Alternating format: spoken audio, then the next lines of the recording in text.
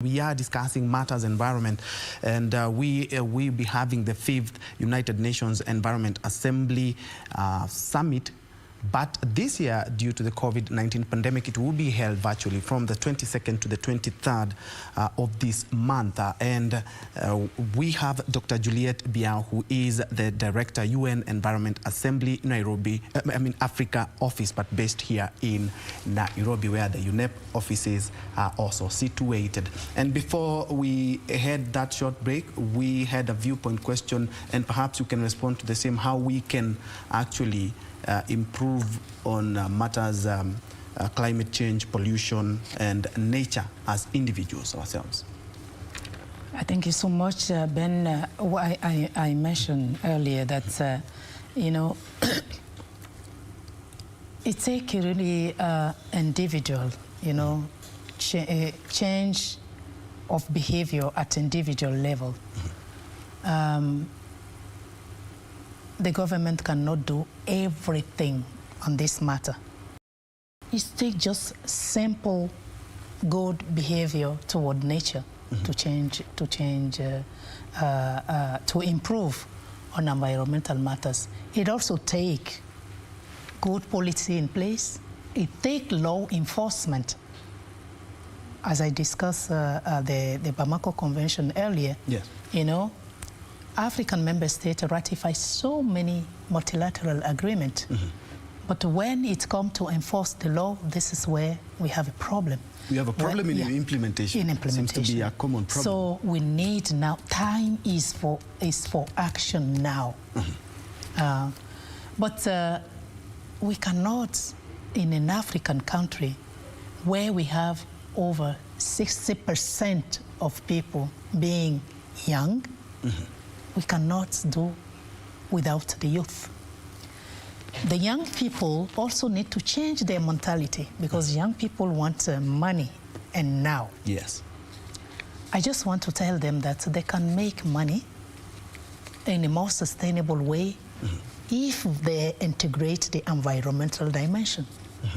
We know that they have good skills in digital matters. That's why, you know, United Nations Environment Program also put emphasis on the digital space. So this is the chance of the youth now.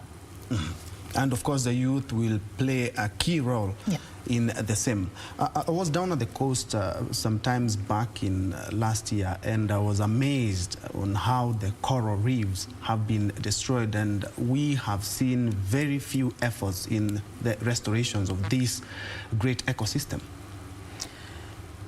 Yes, unfortunately, but you know, this is awareness raising. It will be key. And this is why, you know, UNEP will not stop bringing the science to tell member states to draw their attention on the fact that their environment is being degraded, and to the extent to which is being degraded. UNEP is also kind of supporting on, you know, policy decision that will kind of help to address those issues. So we just need really to work together. We need to build partnership, strategic partnership, because the government alone cannot do everything, as I mentioned earlier. The private sector has a role to play. The young people with the creativity have also the role to play. We've seen so many innovations during COVID-19. We need to build on that. We need to scale up. We need also to find financial resources to scale up those initiatives in the post-COVID era. I know this is off the hook, but what happens to countries? We've signed so many treaties regarding climate change and regarding pollution. So many countries have come together and signed treaties. What happens if they don't follow these treaties? I really don't want to think of the situation where they don't follow. Even if there are countries who did not intend to follow, I think COVID-19 is a kind of a wake-up call for those countries. I want to believe that they will follow. And I want also to reiterate the support of the United Nations Environment Program for them really to follow. And this is really our responsibility toward not even the future generation, even the current generation. We have this duty with those generation, especially now that COVID-19 has shown us our fragility. COVID-19 now has shown us that we cannot do without reconciling with the nature. And of course, we need to use green energy, and we should also try to conserve the environment. How does Africa rank in terms of continents? Because we are right here in Africa, and so many countries are developing countries in terms of climate change, in terms of nature conservation, and in terms of avoiding pollution. Yeah, as I mentioned, earlier when you said that African countries are not really showing progress, I said, I did not concur, because I know that many countries are really doing a lot of efforts in advancing environmental dimension of the Sustainable Development Goal, especially through promoting renewable energy. There are at least 10 countries that I know that they are really working towards promoting renewable energy, with including Morocco. Morocco is doing a lot, and I know that Kenya here is also taking the lead, especially on geothermal. Yes. Yeah. So what I think what we need is to communicate more on the successes for other countries to emulate those countries who are really doing well. And this is the moment to do that. And we, as Africa Office, we will be working on it. Even on the ban of plastic you mentioned. Yes. Do you know that about 20 countries have banned plastic in Africa? 20 countries? 20 countries. That's good. But they are not at the same level in terms of enforcing the law. So our role as Africa Office now is really to share those information across the continent for, other countries who are not there to emulate, and for countries who have banned and have not made progress in enforcing the law to really learn from those who have succeeded. Indeed. And you've had a checkered career in matters conservation. You've also been a minister in your own country of environment. But looking at so many governments, when it comes to implementing policies, it's becoming a big challenge. Why is that?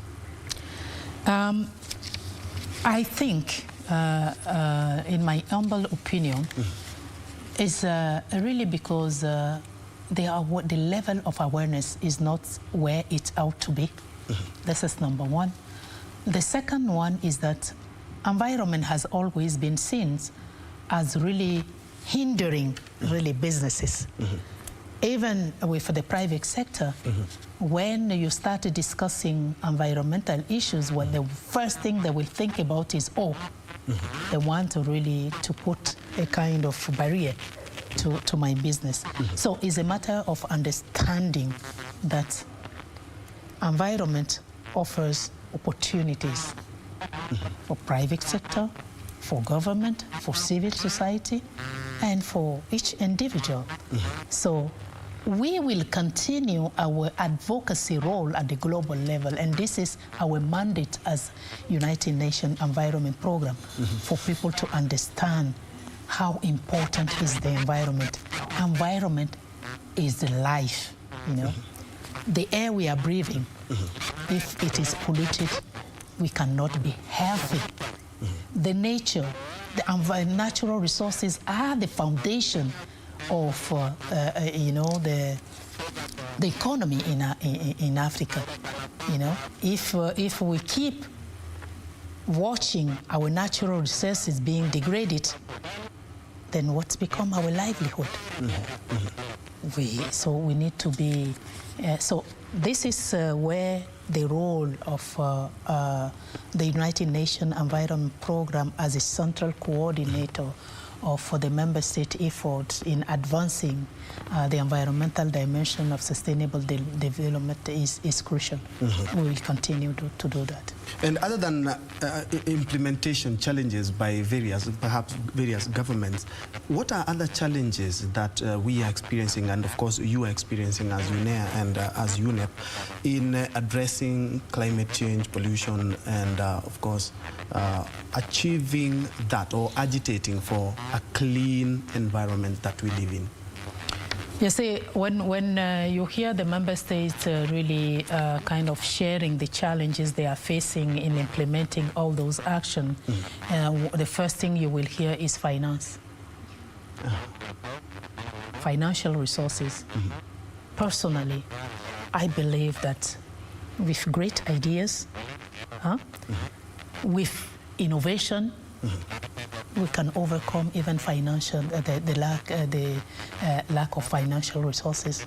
Yeah, we have resources in our countries, of course. And the good thing you said that we don't need money first. We need first of all to change how we mentalities, behavior. Stop doing business as usual, innovating, and then the rest will come. If we continue really complaining about financial resources, then my question will be, what has the recommendation of the 2015 conference on finance for development has become? I know that this conference, during this conference, the member state has agreed that the mobilization of domestic resources is critical. African countries cannot continue to rely on the foreign assistance. Cooperation, international cooperation is important, and that is what the 17th Sustainable Development Goals is saying. But if you look at what is happening with the COVID-19 today, all the countries are affected. Yes. All the countries are drawing the stimulus recovery package, which says that, which talks about the efforts that each member state in Africa has to do domestically before thinking about international foreign assistance. And of course, we'll be touching about UNEP is celebrating 50 years this year. Some of the biggest successes that you've had, and what are you planning for the new celebrations? Yeah, UNEP at 50 is really the comments to discuss how we can look back to the UNEP 50 years ago, and also see what efforts we can do to improve our natural resources, to improve the environment. And Kenya, as a host of the UN Environment Program, is playing a key role at the forefront. So the discussion really will start during this online session through the resumed UNEA 2 in 2020, and it will even go beyond to really be examined also on during the World Environment Day on 5th of June. So, the discussion have started already, and, Kenya is discussing with other African member states how they will make this event a special one to increase Africa's visibility.